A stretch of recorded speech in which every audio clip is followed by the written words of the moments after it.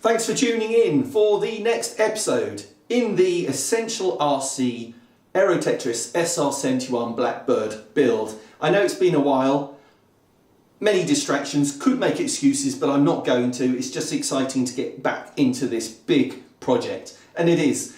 I put about 600 pieces of foam together so far to construct the fuselage halves and both of the wings. That took quite a bit of time, but what's left to do, basically the main thing that's left to do in terms of the assembly are the engine nacelles, of which there are two, one on each side, sitting more or less on top of the wing, I think.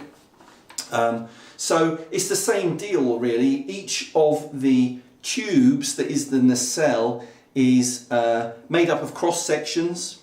Each cross section is made up of 4 individual parts.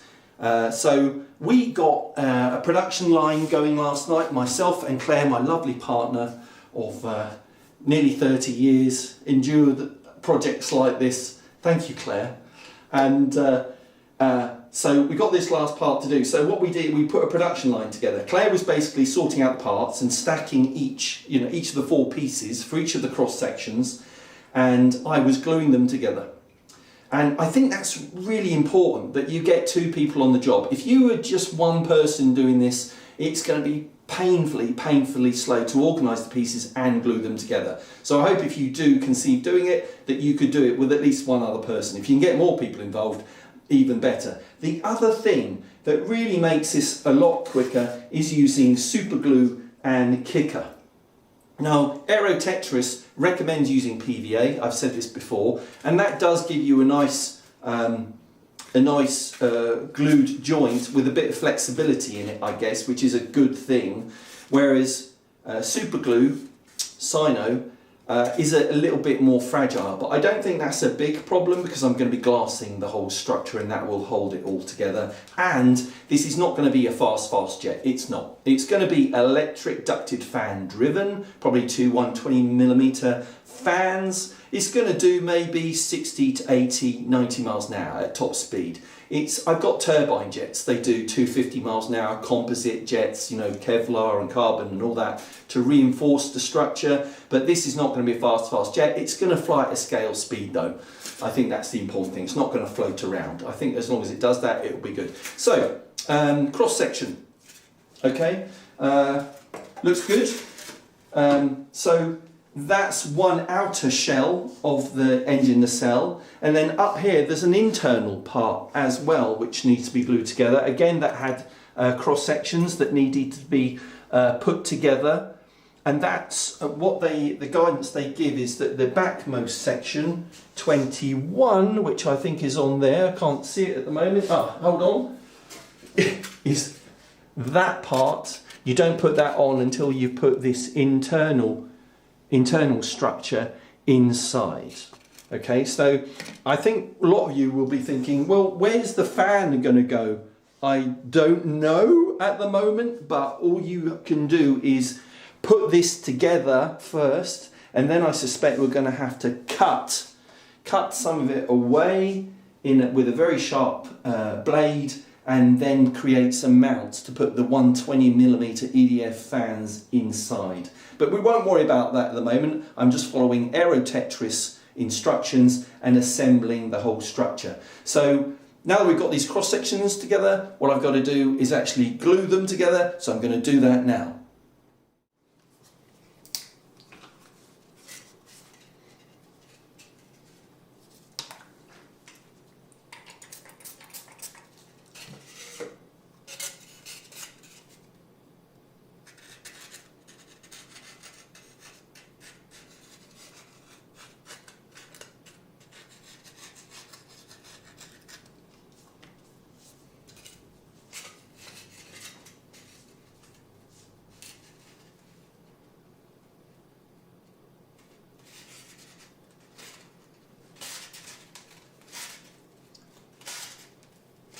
So I'm using, is it Instacure Odorless 12 gap filling 10 to 25 seconds. I'm not using thin because that would go off really quickly. So you do have a small number of seconds, even though I've used kicker to align.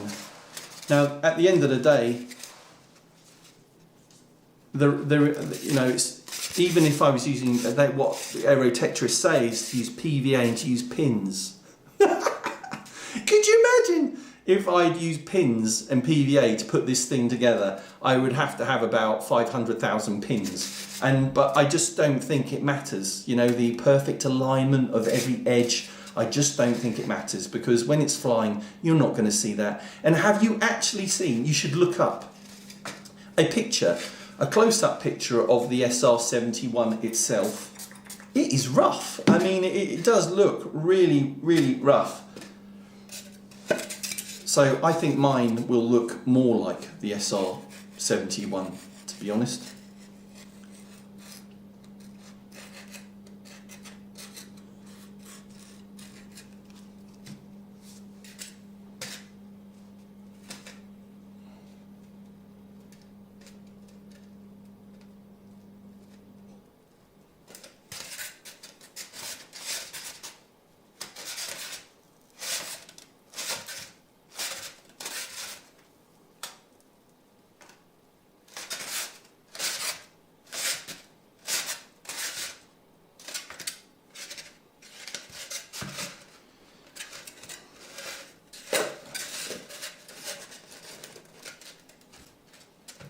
So worth checking the alignment before you actually commit to gluing it together.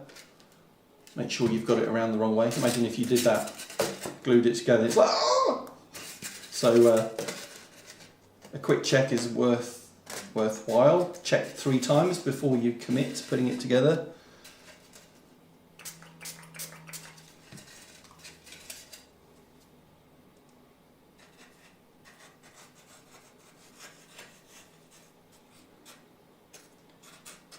Funny thing is, would you believe,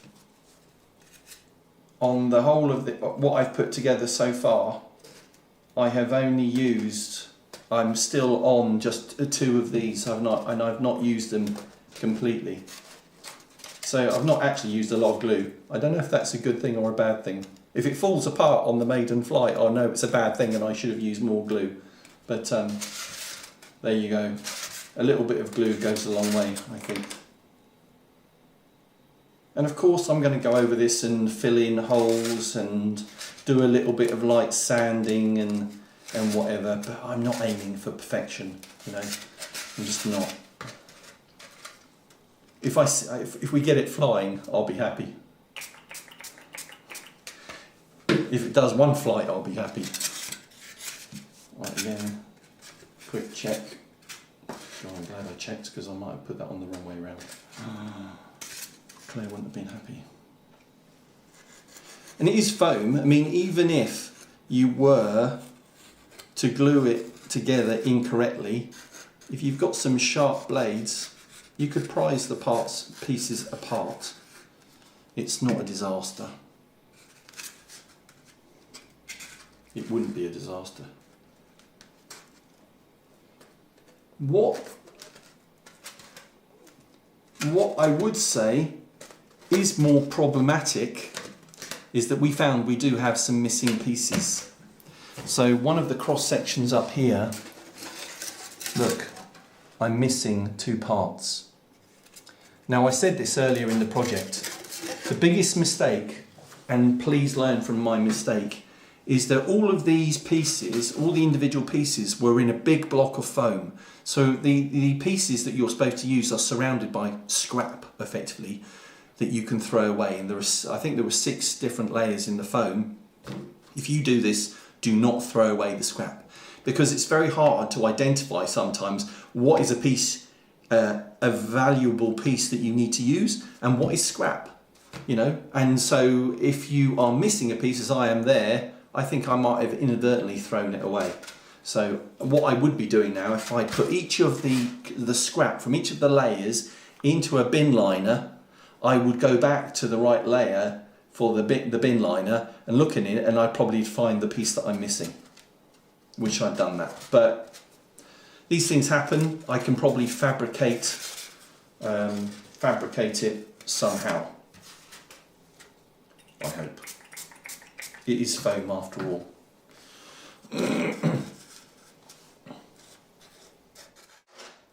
So there we go, about an hour later, and there we have the completed nacelle. A bit of a shame again about that missing piece, but with a bit of light ply and the scrap foam I can form that, no problem.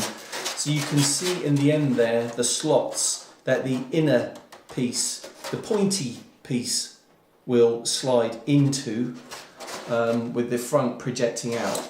I guess the EDF units are going to fit somewhere in here, and I'll just cut out a section. But fortunately, I've run out of 2 glues, so 2 bottles of glue. That's got me to this point. I don't think that's bad. I hope that's not bad. I hope it doesn't. I've not put too little glue on. I don't think so. I think I have put on quite a bit.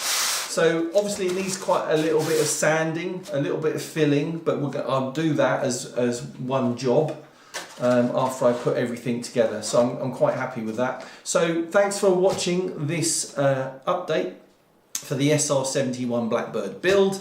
We'll get on to the next one soon. I think on the next one I'm going to be covering the assembly of the fins that fit on top here, and talking about some of the components that we're going to install inside this airframe, as well as covering it with the material that we're going to be covering it with, because I'm not going to be epoxy glassing it. I've got a trick up my sleeve proposed by Carl, who's on my team, Essential RC team. He came up with a better idea, something that potentially be quicker but as strong. So we'll cover that next time. So thanks again. You might want to subscribe to the Essential RC YouTube channel. What you have to do is click the link to subscribe, but don't forget to click on the bell icon as well, so that you get notifications of all our uploads in the future. So thanks for watching this one. See you next time.